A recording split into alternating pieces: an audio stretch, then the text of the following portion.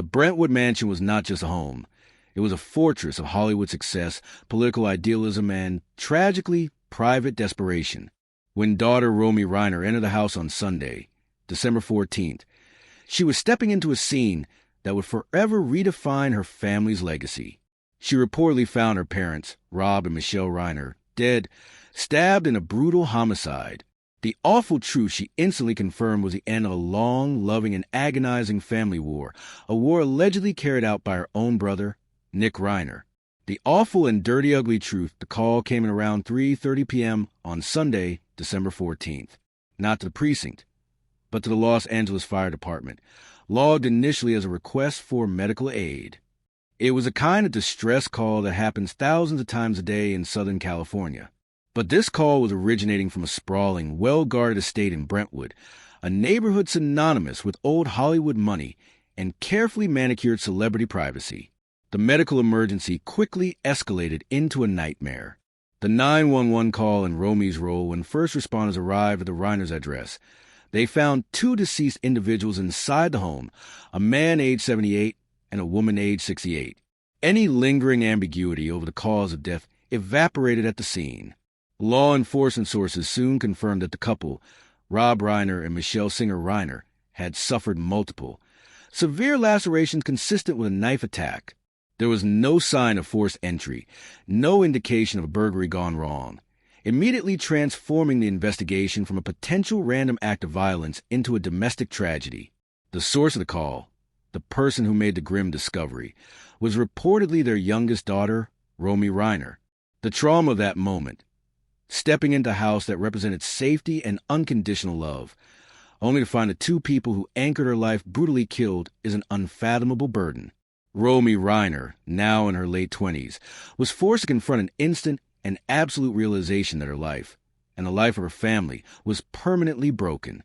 Her call to emergency services was not just an act of desperation, but the crucial first step in a police investigation that would, hours later, shatter the family unit entirely. The daughter's initial statements to authorities, though not publicly detailed, were instrumental in directing the investigation toward the awful, terrifying truth waiting just beyond the scene. The arrest and the suspect of Los Angeles Police Department's Robbery Homicide Division, RHD, took over the case, a designation reserved for the city's most complex and high-profile killings. Detectives worked through the night, utilizing warrants and interviewing family members. The speed of the process was stunning, betraying a quick and chilling convergence of evidence. By 9:15 p.m. that same Sunday, mere hours after the bodies were discovered, RHD detectives had located and arrested one suspect, Nicholas Nick Reiner, the victim's 32-year-old son. Los Angeles Police Chief Jim McDonnell confirmed the arrest the following morning, stating that Nick Reiner was booked for killing and was initially being held on a $4 million bail. The figure alone was shocking, a sign of the immense gravity of the charge. Yet, in a powerful procedural move that spoke volumes about the evidence, the bail was swiftly revoked. Nick Reiner was subsequently listed as being held with no bail, meaning he was considered a severe flight risk, or, more pertinently, that the prosecution was preparing to file a case involving the most serious possible circumstances. The case was formally sent to Los Angeles County District Attorney's Office for official filing consideration on Tuesday, cementing the official charge. This development was the ultimate, shattering confirmation of the awful truth. The man whose work celebrated human connection and gentle comedy, the man whose wife was his lifelong partner, had allegedly been killed by the one person they had spent years trying to save. For Romy Reiner and her other siblings, the arrest was not just a legal development. It was the ultimate betrayal of the family ideal. The silence that followed from the immediate family was deafening. There were no public statements beyond a brief, heartbroken announcement confirming the deaths and requesting privacy. This silence, the inability to comment on the man arrested for the crime, was Romy's ultimate confirmation. It was the crushing acceptance that the man the world knew as her brother was the one responsible for the atrocity in her parents' home. The immediate precursor to the seeds of the tragedy were sown in the years of Nick Reiner's struggle, but the immediate fuse was lit just hours before the homicide. The previous evening, Saturday, December 13th, Rob and Michelle Reiner had attended a Christmas party hosted by actor and comedian Conan O'Brien. Their son, Nick, was reportedly in attendance. According to sources at the gathering, the night quickly became tense. Nick Reiner's behavior was described as erratic and disruptive. He was observed asking partygoers if they were famous, displaying a noticeable instability that unnerved other guests. A highly audible and volatile argument erupted between Nick and his father, Rob. This was not a quiet, private disagreement. It was a loud, public display of a family crisis boiling over. Witnesses described Nick as freaking everyone out with his emotional volatility. The confrontation was so significant that Rob and Michelle Reiner abruptly cut their night short, leaving the party in the immediate wake of the argument. This public clash served as a devastating prologue. It demonstrated that the volatility had reached a critical, unstable point.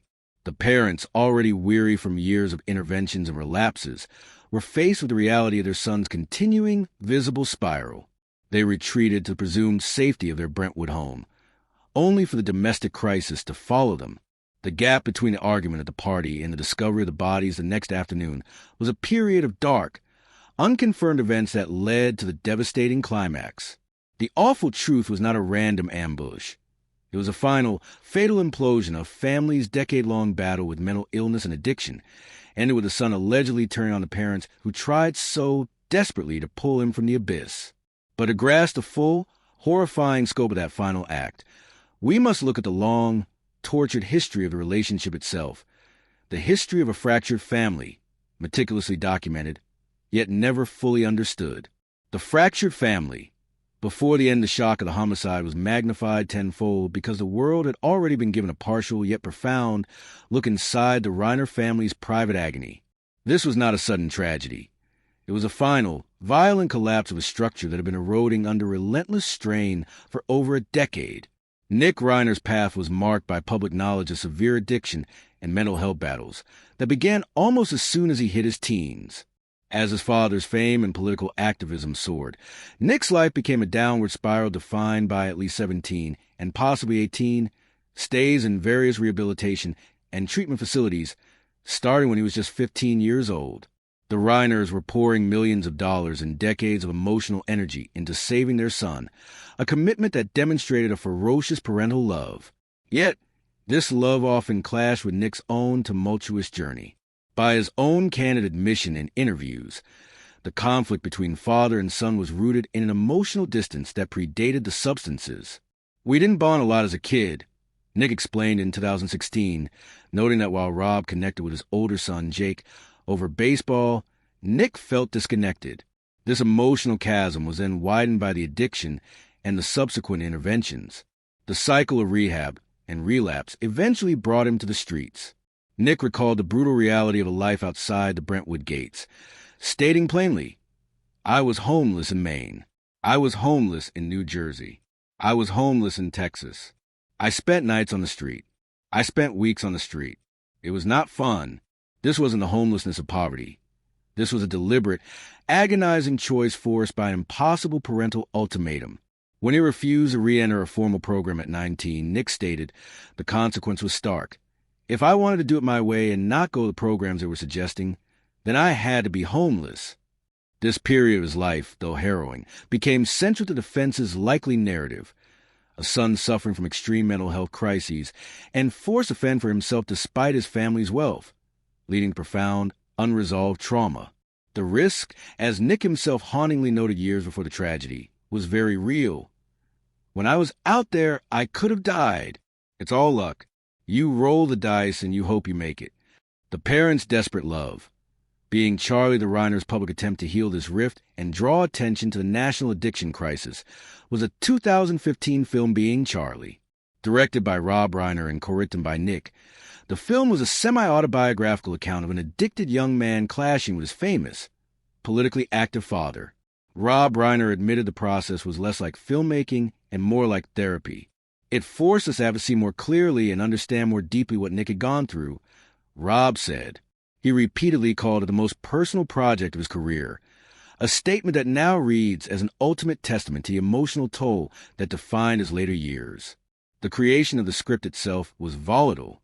Rob Reiner admitted they were screaming at each other while writing, not over plot points but over the raw, relived trauma of Nick's multiple failures and his parents' desperate mistakes. Rob publicly confessed the terrible mistakes they made in their attempts to save him, trusting so-called experts over their own instincts as parents.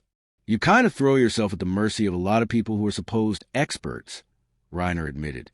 They'll all tell you these things, but they don't take into account your child. And you should know your child better than they do anyway. That is something I learned as we went along. This extraordinary public dissection of their failure was an act of profound, agonizing parental love, designed to save his life and repair their relationship. The film provided a fictionalized happy ending, a father and son achieving reconciliation. The true life end was a precise opposite. The film, once seen as a testament to their survival, now reads like a chilling roadmap of the resentment and pain that allegedly led to the homicide. The other siblings and the fallout, the Reiner tragedy, did not happen in a vacuum. Nick's older brother, Jake Reiner, is a successful broadcaster, and his half-sister, Tracy Reiner, Rob's adopted daughter from his first marriage to Penny Marshall, is an actress. Both of their lives and the lives of Jake's family are now instantly defined by the violence committed by their brother.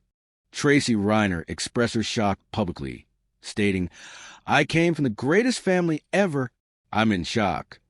But the burden of the awful truth fell most immediately on Romy.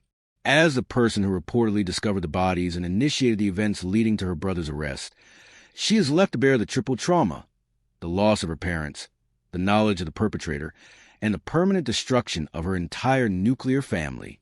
She was the youngest, growing up as a family unit wrestled with Nick's decade-long crisis. She was the one who confirmed the unspeakable reality to the authorities.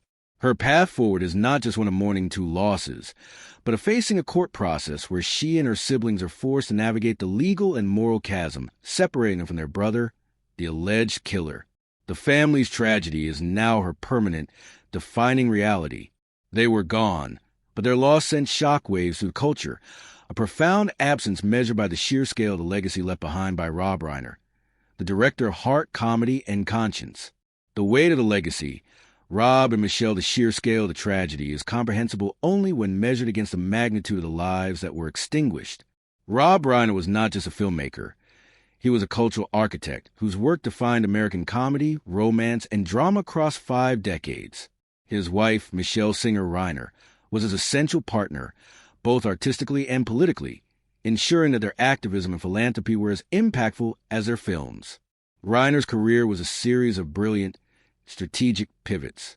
He first achieved national consciousness as Michael Meathead Stivic on the groundbreaking 70s sitcom All in the Family.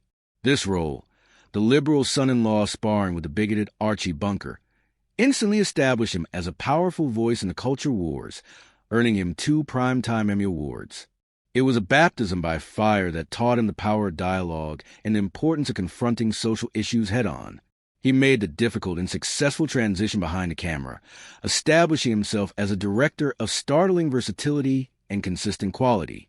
His directorial run from the mid-'80s to the mid-'90s is arguably one of the greatest in Hollywood history, moving effortlessly between distinct genres while maintaining a clear thematic commitment to humanity, heart, and connection.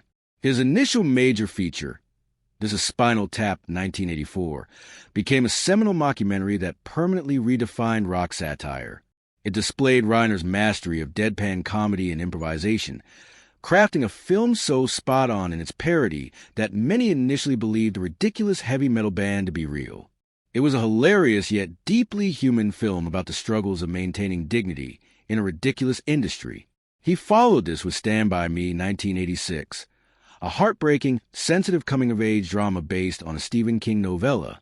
The film explores profound, often painful bonds of childhood friendship and the lingering trauma of loss.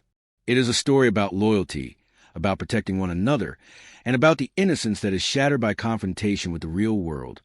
Themes that are now unbearably resonant given the violent end of Reiner's own life. Reiner then executed an astonishing pivot to fantasy adventure with The Princess Bride, 1987.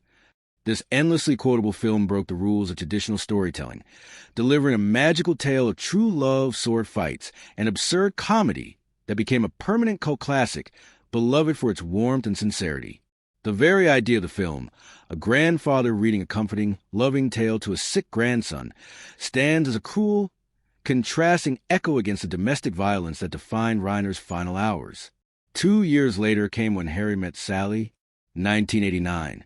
This film became the definitive modern romantic comedy, renowned for its sharp dialogue and complex emotional realism.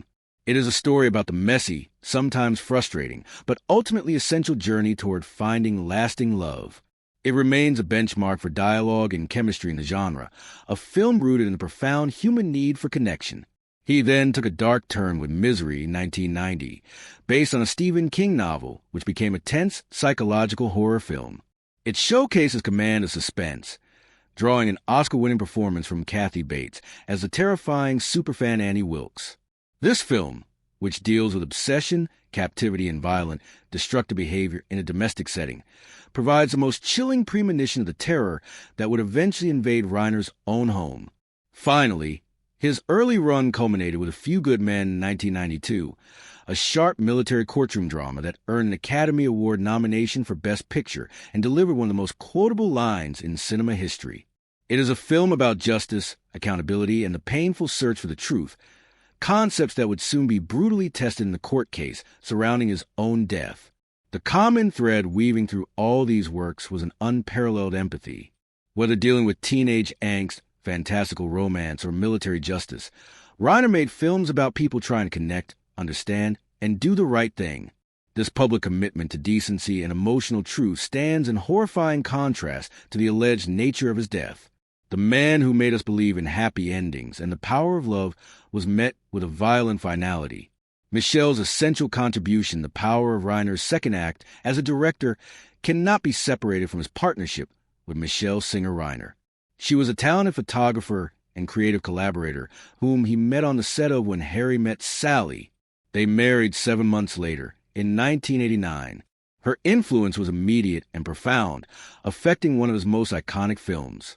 Rob Reiner famously stated that meeting Michelle was the reason he changed the ending of When Harry Met Sally, deciding that the title characters should end up together, simply because meeting her had opened his eyes to the possibility of lasting love.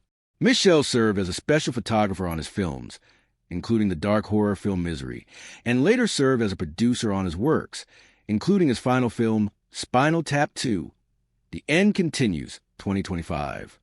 Her artistic eye and quiet, essential partnership grounded Reiner's soaring career. She was also a political force in her own right, serving as treasurer for the American Foundation for Equal Rights, the organization that funded the court challenge against California's Proposition 8, the ban on same-sex marriage. She and Rob fought together on the most critical civil rights battles of their generation. They were a unified front of creativity and conviction, fighting for social justice in public while battling their own internal crisis in private. The political warrior and the shattered image beyond Hollywood, Rob Reiner was one of the most visible and unwavering liberal activists in the country. He co-founded the American Foundation for Equal Rights, successfully fought for marriage equality, and was a driving force behind California Proposition 10 in 1998, which established First Five California, an early childhood development program funded by a tobacco tax. Reiner's public life was dedicated to progressive principles, inclusivity, social justice, and the defense of democracy. He was known for his boundless empathy, a quality praised by figures like Governor Gavin Newsom. He was a moral compass of his public life, a man who believed in the essential goodness of humanity and fought fiercely for it. The homicide shattered this carefully constructed public image of the moral, successful American family. The juxtaposition is jarring. The man who fought tirelessly for the rights of all children was allegedly killed by his own child. The family that worked to support democratic ideals and social welfare collapsed under the weight of an internal, domestic crisis. The awful truth is that Rob Reiner's prodigious legacy, his films about love, loyalty, and justice, is now permanently viewed to a shadow of the brutal, heartbreaking end he met. His work will endure, but the story of his life is now, irrevocably, a cautionary tale about the limits of love and intervention against the destructive force of mental illness. The family was a fortress of privilege and progressive ideals, but it could not protect its own inhabitants from the violence within. The violence ended the Reiners' lives, but it simultaneously launched a legal and public firestorm, forcing the family's tragedy into the unforgiving glare of the nation's political and legal systems. The aftermath, justice, grief, and the future discovery of the bodies and the swift arrest of Nick Reiner was only the opening sequence of the final act.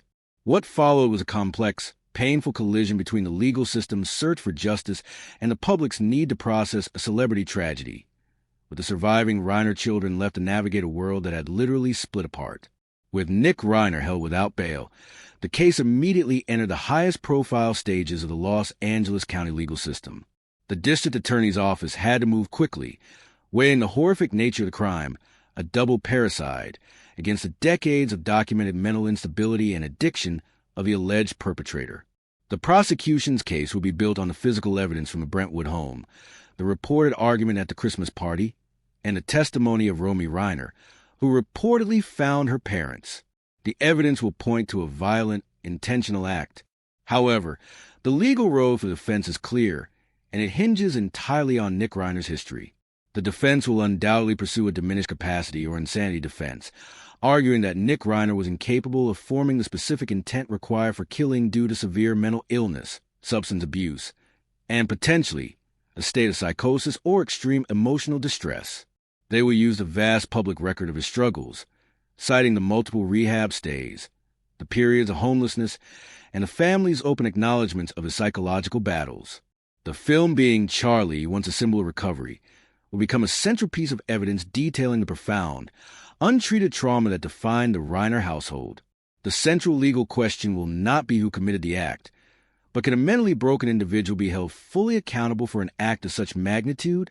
The burden this places on surviving siblings is unthinkable. Romy Reiner, as the person who reportedly discovered the scene, may be called to testify against her own brother. The family's task is not just to survive the loss, but to become key figures in the state's effort to convict their own sibling, a judicial process that will demand the public airing of their most private failures and deepest pains. Tributes and political firestorm, the immediate public reaction was unprecedented, reflecting the deep penetration of Rob Reiner's career into both the cultural and political spheres. Hollywood's response was one of unified heartbreak. SAG-AFTRA President Sean Astin praised Reiner as one of the most significant figures in the history of film and television, emphasizing that his impact on American culture simply can't be overstated. Director Joe Russo, referencing A Few Good Men, posted, "I can't handle the truth that one of the greatest filmmakers to ever live is gone. We lost one of the few good men. R.I.P. Rob Reiner." The political world was equally devastated, recognizing the dual loss of a creative giant and a tireless activist. Former President Barack Obama and former First Lady Michelle Obama expressed that they were heartbroken, noting that Reiner's achievements were underpinned by a deep belief in the goodness of people and a lifelong commitment to putting that belief into action. Former President Bill Clinton and former First Lady Hillary Clinton praised the couple for inspiring millions and acting as good, generous people who made everyone who knew them better through their active citizenship in defense of inclusive democracy. Leaders like Los Angeles Mayor Karen Bass and California Governor Gavin Newsom highlighted his landmark work in passing Proposition 10 for early childhood development and his tireless advocacy against Proposition 8 to secure marriage equality. The tributes painted a picture of a man who consistently used his considerable influence in service of his ideals, ensuring his death was felt as a loss not just for the arts, but for the progressive movement itself. The Trump factor, an unprecedented political attack, the solemn political consensus, was instantaneously shattered by former President Donald Trump. In a shocking, unprecedented move that broke all norms of political decorum, Trump immediately used the tragedy as a political weapon. Trump wrote on his social media platform that Rob Reiner and his wife reportedly died due to the anger he caused others with Trump derangement syndrome. He followed up later, calling Reiner a very bad for our country and a deranged person, accusing him of fabricating the Russia hoax. The cynical, raw political attack, delivered hours after the bodies were discovered, was a staggering testament to the intensity of the political polarization Reiner helped highlight and amplify through his vocal activism. The reaction to Trump's comment was one of immediate, near-universal condemnation that transcended party lines. Both Democrats and Republicans criticized the statement. Republican critics included longtime opponents of Trump, as well as staunch allies like Congresswoman Marjorie Taylor Greene, who called it a family tragedy, not about politics or political enemies. This firestorm ensured that Reiner's death was not just a news story about violence and grief, but an immediate, raw flashpoint in the nation's ongoing culture war, securing his legacy as a political figure even in his tragic end. The legal battles and the public spectacle are transient. The enduring scar remains with the survivors. The awful truth Romy Reiner confirmed on that Sunday afternoon is a permanent destruction of the family unit. There is no recovery from a domestic tragedy of this nature. The Reiner children are faced with two immediate, paralyzing tasks: mourning the violent loss of their parents while simultaneously dealing with their brother as an alleged killer. The financial privilege they possess will not shield them from the legal and emotional necessity of confronting Nick in court. Their love for their brother, however fractured, must now be weighed against the horrific crime he allegedly committed. The family's task is to navigate the legal process with grace and seek a form of justice that honors their parents' memory, even if that means a form of mercy for their troubled brother based on his mental state. The story of the Reiner family, once a shining example of Hollywood success and progressive idealism, is now a cautionary tale of the devastating limits of love, intervention, and wealth against the onslaught of addiction and mental illness. The ultimate, awful truth is that the family is broken. Two victims, one alleged killer, and multiple survivors left to carry the weight of an irreparable schism. The task of the survivors is not just to grieve, but to decide what measure of justice or mercy should be sought for their brother. The final frame the camera has pulled back on the Reiner family story, revealing a final frame that is devastating and irreversible. It is a story not of sudden disaster, but a slow-moving family crisis that finally reached its catastrophic, violent conclusion. The awful truth Romy Reiner confirmed that Sunday was that the decades of love, resources, and intervention were not enough to save her parents from the one person they were trying hardest to save. Rob Reiner's films will continue to be viewed, but every moment of warmth and connection on screen will now carry the weight of the chilling domestic discord that defined his private life. The final, painful message of the Reiner family is a profound one, that no amount of fame, fortune, or political goodwill can guarantee safety or peace when the true battle rages inside the home. The American public and the surviving Reiner children are left only with the silence and the scars, the permanent, tragic confirmation of the awful truth. The American public and the surviving Reiner children are left only with the silence and the scars, the permanent, tragic confirmation of the awful truth. Thank you for watching this deep dive into a devastating story. If you want more in-depth content like this, please hit the subscribe button and the notification bell below.